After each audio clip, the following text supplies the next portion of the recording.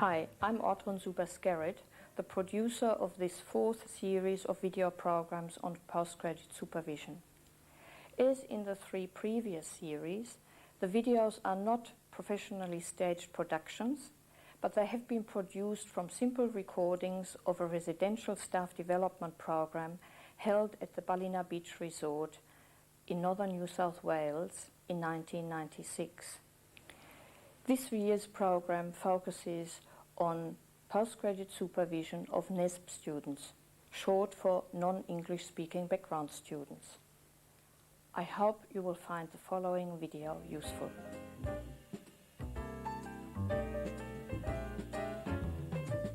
The issue I'm going to look at this morning is the issue of responsibilities and limits in the supervision of NESB research postgraduate students in the social sciences and humanities.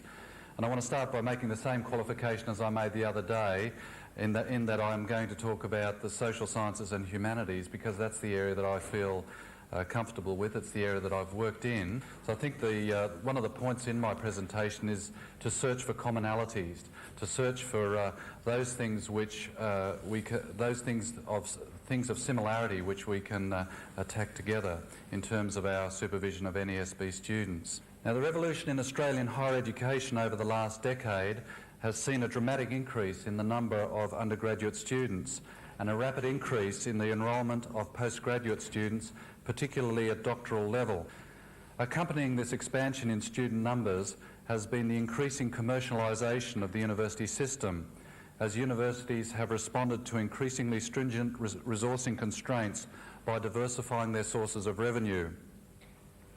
The marketing of higher education services has adopted a number of strategies, but internationalisation has been a common response as universities have sought to attract full-fee paying overseas students, many of whom have been from non-English speaking backgrounds, and particularly from Asian countries.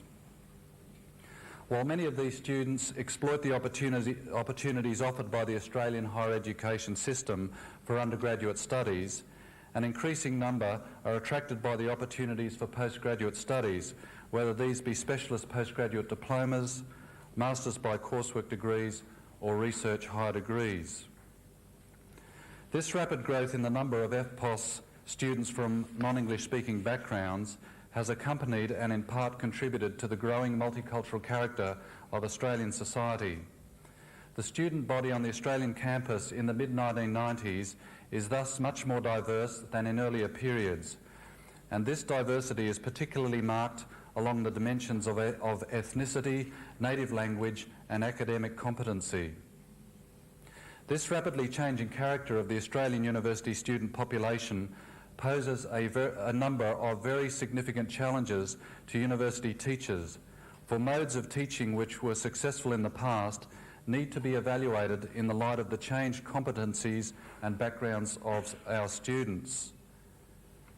Nowhere is this challenge more acute than at the postgraduate level, for many of the premises of good supervision are being tested and in some cases found wanting by the increasing numbers and particular characteristics of NESB students.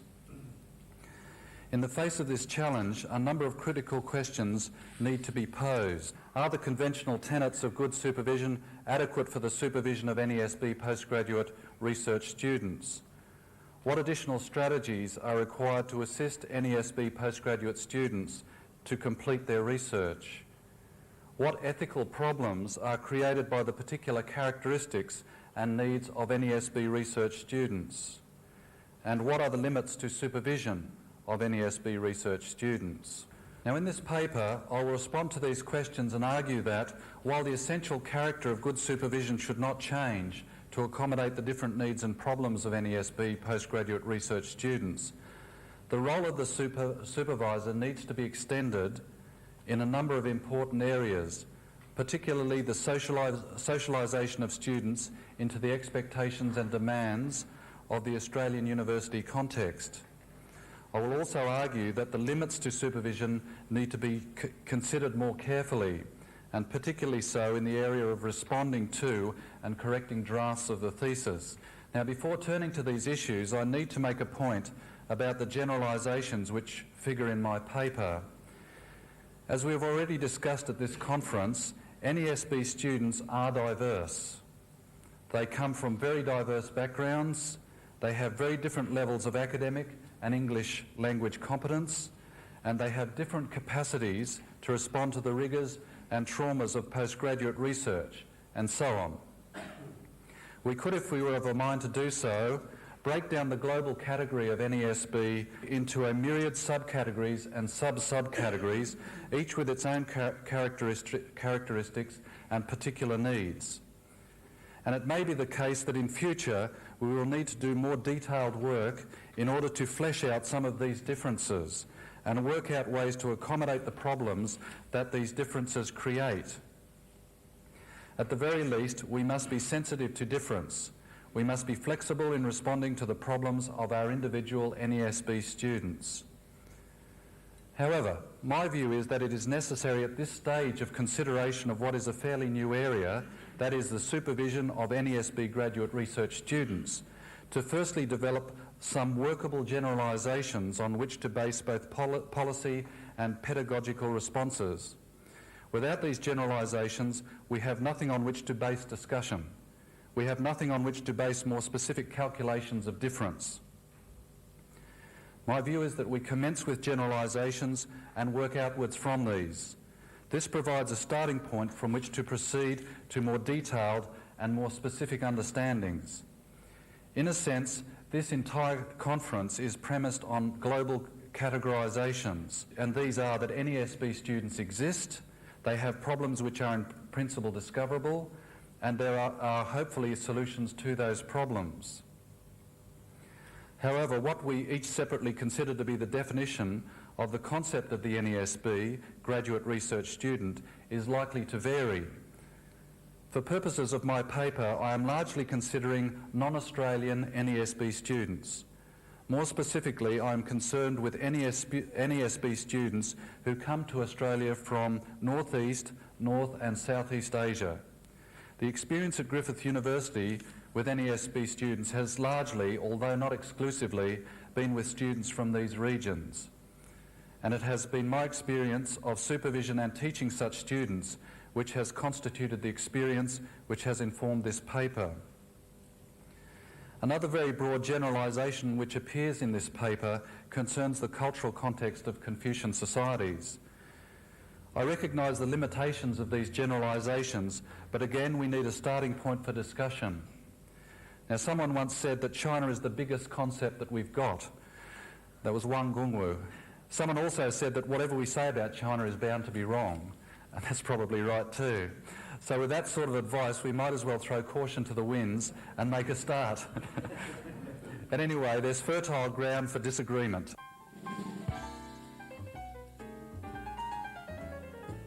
Now, with those qualifications out of the way, let me return to my central argument.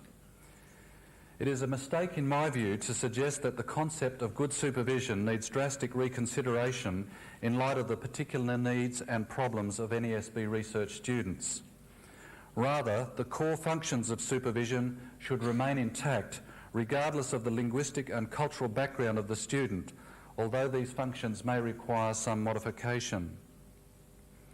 Let us briefly consider these core functions of good supervision and then consider what modification they may require in the case of NESB students.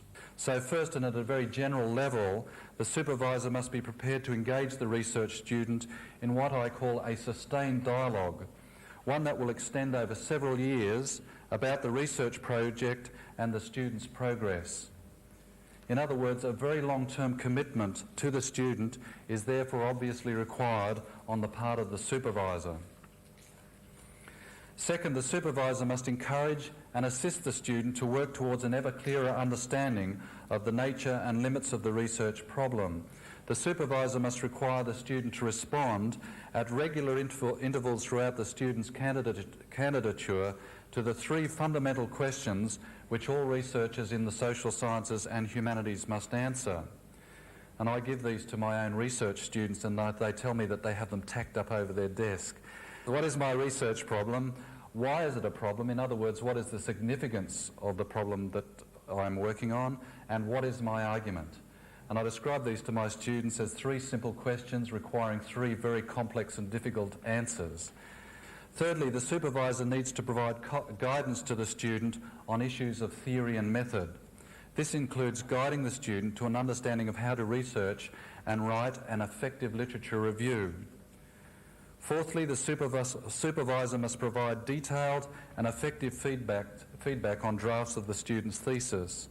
And finally, the supervisor almost invariably needs to provide moral encouragement and support to sustain the student's confidence and to lessen feelings of isolation that can impair the student's ability to complete the thesis on time or at all. Now, each of these functions, I contend, is as important for NESB students as for students whose native language is English. Nevertheless, NESB students may bring to their candidatures a number of needs and characteristics, not all of them linguistic, which require modification of the supervisor's role in order to achieve successful outcomes for the students. The cultural context from which NESB students come will vary, but some will be very different from that which prevails in Australia, and this can have a significant influence on the values and expectations, some quite inappropriate, which students bring to the research process in the Australian university. This is particularly the case with the large number of students from Asian societies enrolling at Australian universities. In these societies, stress is placed on the subordination of the interests of the individual to the group or the collective. Submission to authority, or deference to authority if Mary doesn't like the word submissive, deference to authority and respect for tradition are emphasised. These cultural values are reflected in the pedagogical practices and teacher-student relationships in their university systems. And students are socialised into a way of thinking about the acquisition and creation of knowledge that may prepare them poorly for the experience of research at an Australian university. Firstly, the emphasis on the group or collective means that there is little stress on the desirability of the individual articulating a personal position, contrary to widely held and conventional viewpoints. Indeed, this may be actively discouraged, students being encouraged rather to reiterate only those forms of knowledge acceptable to the group or society.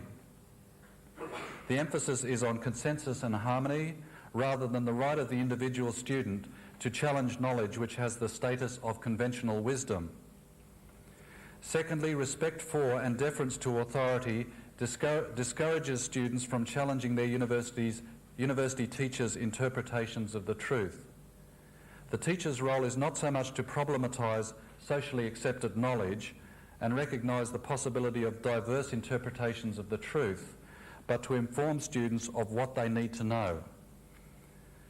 This intellectual tradition, with its stress on conformity and the collective, stands in stark contrast to the liberal humanist intellectual tradition, with its emphasis on the individual and the right of the individual to hold and express a personal point of view at odds with prevailing wisdom. Indeed, in Western universities, the teaching of humanities and social sciences is premised on the possibility of diverse interpretations of the truth, and the importance of encouraging the student to develop a personal response to intellectual problems. Moreover, the effective university teacher in this tradition is respected not for his or her role as guardian and transmitter of the truth, but for the capacity to engender critical thinking in his or her students and to develop in them the skills of the autonomous learner. The basis for student respect for the teacher is consequently very different. Now, what are the implications of these differences in cultural and intellectual traditions for supervision of NESB research students? Most importantly, the supervisor cannot assume that the NESB research student understands the concept of originality, which is the hallmark of successful research, particularly so at doctoral level, which requires an original contribution to knowledge. The supervisor must attempt, in the process of sustained dialogue, which is a normal feature of good supervision, to re-socialise the student, to engender in him or her an understanding of the need to formulate an argument which goes beyond mere reiteration of widely held or dominant perspectives.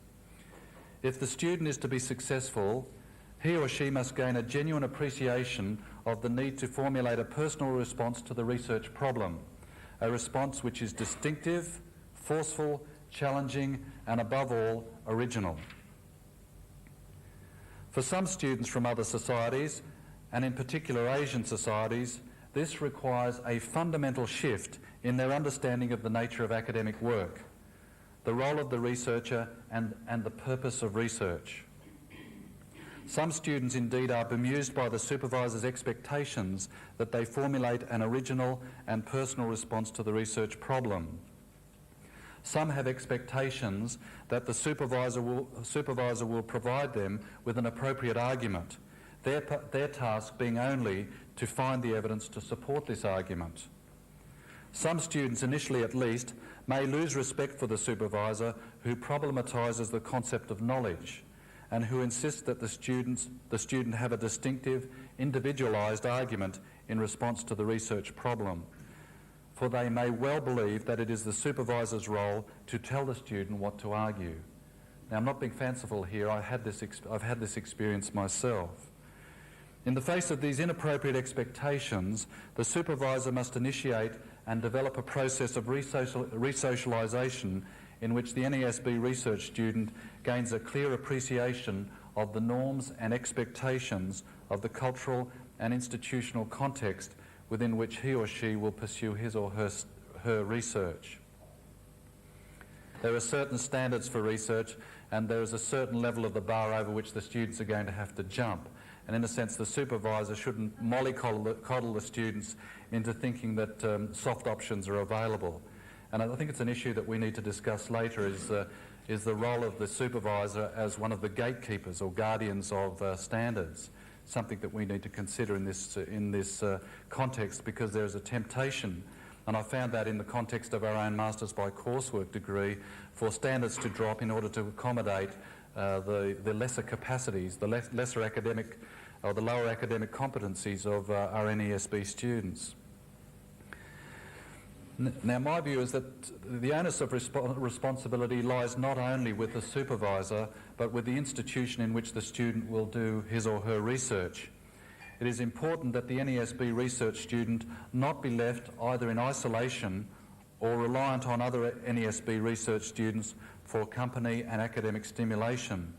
To do so will impede the effective integration of the NESB student into the academic life of the institution and retard this process of academic resocialisation. The institution, be it the university, the faculty or the department, can accelerate this process by developing a thriving postgraduate culture in which students from all backgrounds meet and mingle, whether informally and socially or in workshops and work-in-progress seminars. In such a positive institutional context, the values and norms of the Australian academic context will be more readily absorbed by the NESB research student who comes from a very different cultural and intellectual tradition. To achieve this outcome, the institution must be prepared to invest the necessary resources, both physical and human, in postgraduate education. However, if the institution wishes to attract NESB research students who are also full-fee paying overseas students, this investment will generate sound long-term investments. Now, secondly, I'd like to consider this issue of writing the thesis and the problem of language. The extent of the responsibility of the supervisor for editing the research student's thesis is a professional and ethical problem, whether the student is an NESB student or not. However, the dilemma is accentuated in the case of NESB students, for it is almost invariably the case that the final drafts of their thesis will require significantly more editing and revision than for non-NESB students. In some cases, very substantial editing and revision. And it is often the case that the NESB student may not be capable of editing and polishing the text of the final draft to bring it to submission standard. Who then is responsible for this task? And in performing it, is an ethical boundary crossed which signifies that the final product is no longer solely the student's own work? Now, this is a contentious issue. If the supervisor assumes this responsibility, not only is he or she taking on a very onerous and time-consuming task, one well beyond that required with non-NESB research students. He or she may be guilty, at least in part, of writing the thesis for the student. Now, obviously, there can be no definitive answer to this problem, and the response is likely to vary from one supervisor to the next, with their different standards of judgment. However, it is legitimate, in my view, for the supervisor to lightly edit the final draft of the thesis, revising the more egregious errors of grammar and expression. Where the problems require more fundamental revision, the supervisor might do this for a short section or sections of the draft thesis, the purpose being to model for the NESB student how to identify and correct frequently appearing problems of grammar and expression, and how to revise and improve the work. In some severe cases, it may be necessary for the NESB student to seek the assistance of a professional editor, and some universities, such as our own, as you know, or their postgraduate associations, are now providing this facility. But again, the dilemma is how far the editor can go in revising the draft thesis before the work ceases to be the student's own. So I think it's not just, in my view, it's not just a problem for the supervisor, I think it's a problem for the institutions as well. And my view is that the institutions have not responded very effectively to this issue. It's assumed that the NESB students will come in, they'll do their work in much the same sort of way as English-speaking students of Australian background. They'll write their thesis, the supervisor will supervise the process in much the same way, and there's basically not going to be any problem. Of course, the institution has different interests, somewhat different interests than those of the supervisor and the student themselves. So I think that my point is, if there are any recommendations going to come out of this conference, I would think it would be that institutions, the universities at an institutional level are going to have to think a lot harder about the sort of regulations and prescriptions that they're going to put in place in order to protect, first of all, the quality of the degree and to ensure that the interests of the NESB student are protected. It is important that this issue of the extent of the supervisor's responsibility to edit the thesis be negotiated and agreed between supervisor and NESB research student early in the student's candidature. This is particularly the case as the NESB student may regard editing the thesis as a dimension of good supervision, and I've had that experience as well. It is highly desirable that the student be under no illusion that final responsibility for production of a thesis of submissible standard rests with the student. But the student should also be confident of the nature and extent of the assistance that the supervisor will provide. Another problem which may arise for the NESB student in the writing of the thesis is the issue of plagiarism. It is obviously impermissible for any part of the thesis to be plagiarised, and it is part of the supervisor's responsibility to identify if plagiarism is occurring, whether wittingly or unwittingly. Now, what constitutes plagiarism is, however, not always apparent, and there is an element of judgment involved. For the academic of a Western university, this judgment is informed by an understanding, born of experience, of the norms and proprieties of appropriate academic conduct. However, for the NESB research student, the capacity to make this judgment may be poorly developed, and what might to the student appear as legitimate summary or copying of another's words or ideas may cross the threshold into plagiarism. This may result from the student's cultural and academic background. In some Asian countries, for example, the convention of indicating through citations the source of an idea or quote is a relatively new importation, and only a weakly developed one. Many students from such a background may not have had it instilled in them the necessity to faithfully indicate through citations the source of ideas or quotes.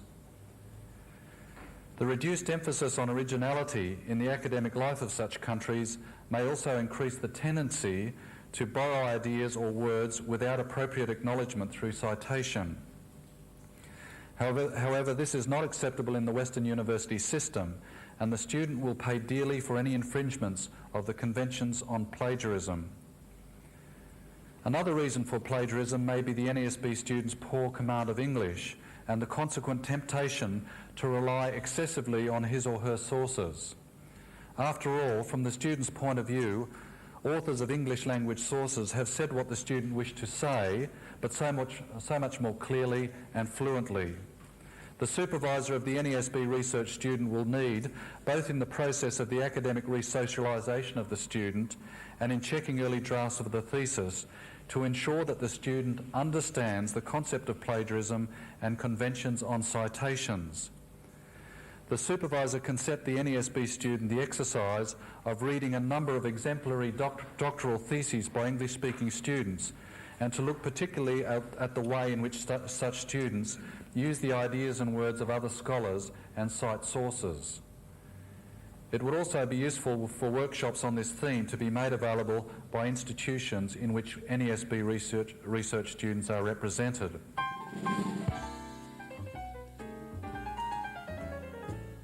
A normal but somewhat intangible dimension of supervision in all cases is the personal support which the supervisor needs to extend to his or her students. One of the great burdens which the research student must carry throughout the candidature is isolation, for research in the humanities and social sciences is, by its very nature, something that has to be done individually, or largely individually.